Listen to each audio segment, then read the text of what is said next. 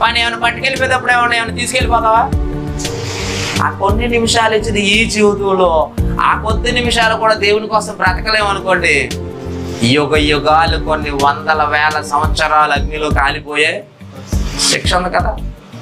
అది తప్పించుకోవాలి అంటే ఇదిగో ఈ లోకాన్ని చూసి మనం ఇష్టపడకూడదు, లోకాన్ని చూసి స్నేహించకూడదు. పౌలుతో ఉన్న దేమయ్య పక్కకి వెళ్ళిపోయాడట, లోకాన్ని స్నేహించాడట. లోకాన్ని స్నేహించినందుకు ఏమన్నాడు తెలుసా? యాకోబు పత్రిక 4:4 విచారులారా, ఈ లోక స్నేహము దేవునితో వైరమని మీరు ఎరగరా. అంటే లోకంతో స్నేహం చేస్తే ఎవరికి విరోధులు? లోకంతో స్నేహం చేస్తే దేవునికి విరోధులం అయిపోతాం. లోకంతో స్నేహం చేస్తే దేవునికే శత్రువు అయిపోతాం. ఎందుకంటే మన ముందున్న లోకం భ్రష్ట లోకం కదండి, భ్రష్ట స్వభావం కలిగిన లోకం. ఎవరిని నమ్ముతామండి? మన సొంత వారు నమ్మడానికి వీలు లేకుండా పోయిందండి.